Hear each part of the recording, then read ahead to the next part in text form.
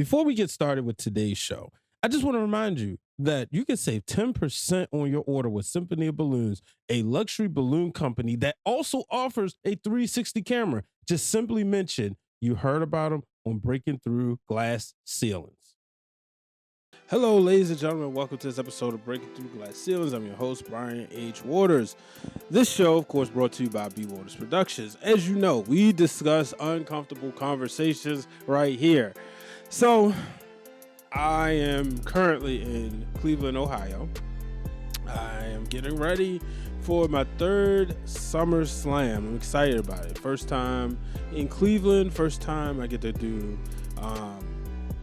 this show on the road this way. I've done Breaking Through Glass Ceilings, just the audio version. And ironically, it was at a time where I was getting ready. I was at NABJ 22 in Las Vegas, and I gave a quick synopsis about why it's important to me. And ironically, this is what we're going to talk about today, because if I'm firing up the mics, shout out to Ben Cruz, my manager, who I'll be working with this week. But if I'm firing up the mics, you know it's important. You know it's an uncomfortable conversation. Ah, man. Donald Trump, candidate for the presidency of the United States, who also was the president from 2016 through 2020, was at NABJ. Now, this went exactly how I thought it would go. I figured Trump was going to get up there. He was going to say some things. He was going to laugh. He was going to deny. He was going to joke. He was going to insult. And that's exactly what he did. The National Association of Black Journalists always tend to have presidential candidates, right? They always have presidential candidates every year because that's what they do. And as a proud member of the organization, you have to call out stuff. You have to do that. And I saw there was a lot of divide in this organization this week. A lot of people wasn't happy that Donald Trump was going to be there. In fact, one of the co-chairs for the convention stepped down. And, a few weeks ago, the last episode, we talked about him getting shot. That was brought up on here. What I saw today was a lot of pivoting where, they did ask him about black jobs, for those who did not watch it. And he said a black job is any job. And I was wondering, he said that the people who were illegal immigrants were taking jobs from blacks. He claimed to have done more for black people done the most for black people, even more than Abraham Lincoln. And it was brought up to him, Lyndon B. Johnson, and the Voters' Rights Act. And, it was just the president of the president of the association, Ken Lemon, said, you want to be fair, you want to give everybody an opportunity. And people said, okay. And I saw this, I made a TikTok, and shout out to the Flex Zone, my boy Roger, because I know it was him, said, well, if they smart, they'll ask him these questions, they'll ask this. That's what people was trying to do. And in Donald Trump fashion, he did exactly what he does. He played the game. And I said this was a failure on both sides because you didn't get a different side of Trump, but you also didn't get answers, right? And you didn't get answers out of him to say, okay, one, let's hold him accountable. They asked about Sonia Messi, and we all know that situation, unfortunately, it shook the nation because that lady was seeking help and unfortunately lost her life. And that's another child, there's another child without a mother. He claimed to have not known about it when they talked about police immunity. He wanted to get police immunity. And he talked about, what about the ones with split seconds? They got to make a split second decision. He even talked about possibly pardon the people who killed police on January 6th. So I understood why NABJ wanted him there. I do. But there had to be some point in time where it's like, you know what? This isn't your normal candidate. This is Donald Trump. It's not going to work. Obviously, hindsight being 2020. I was hoping to be wrong. I was hoping that somehow, some way, he was going to go in there and possibly offer so many opportunities, whatever, whatever. And people would say, you know what? Maybe he's not bad after all. That didn't happen. The failure on his behalf because he had an opportunity to sit with black reporters and black journalists in a room of black voters and possibly gain their vote. And he failed. I don't see how anybody leaves NABJ and say, I'm going to vote for Donald Trump. I just don't.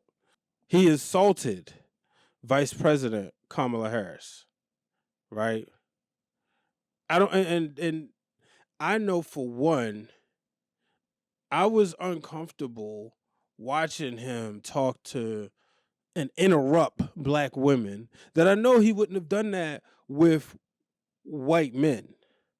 Or should I say conservative white men who feel the same way he do but may disagree with something. I felt very uncomfortable watching that. I always get uncomfortable when I see how like certain like anytime people talk to women a certain way in a like this demanding tone, it's very uncomfortable to watch. And it was uncomfortable. You know, he said, "Oh, you're rude." And every chance he had an opportunity to pivot, he would. He wouldn't answer the question. It was like watching somebody on television and you said, "No, stick with me right here. This is what the subject is." But he would go in a different way.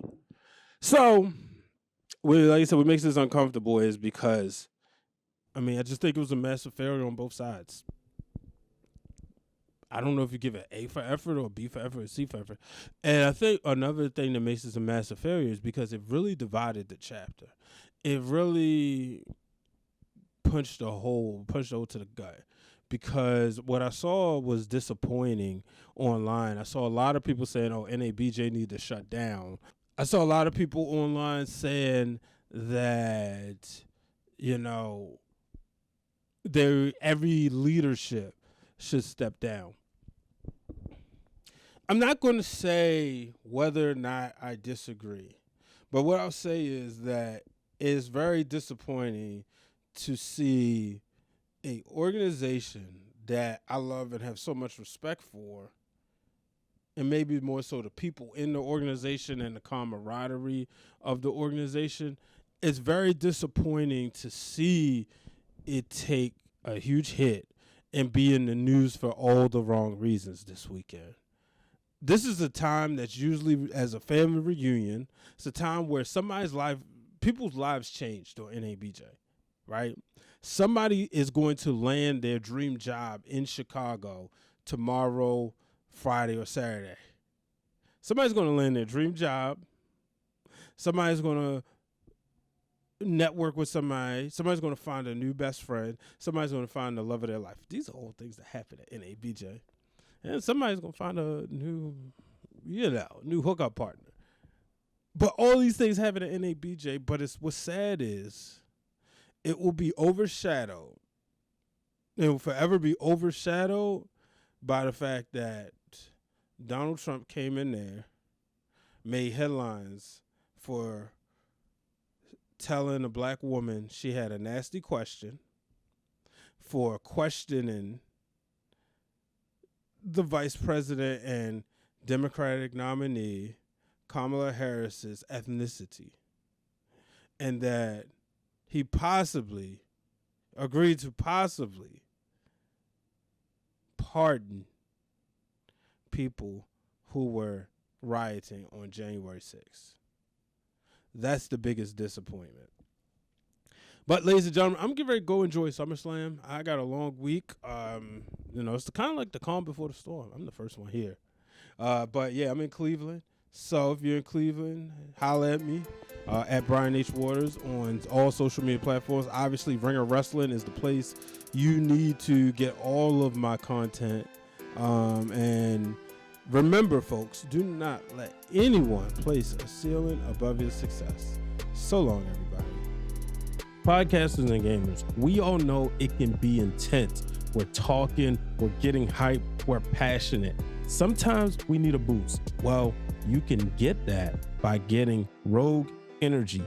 Rogue Energy is the #1 supplement for podcasters and gamers, and they have tons of different flavors, including Strawberry Burst, Tropical Breeze, and Cotton Candy.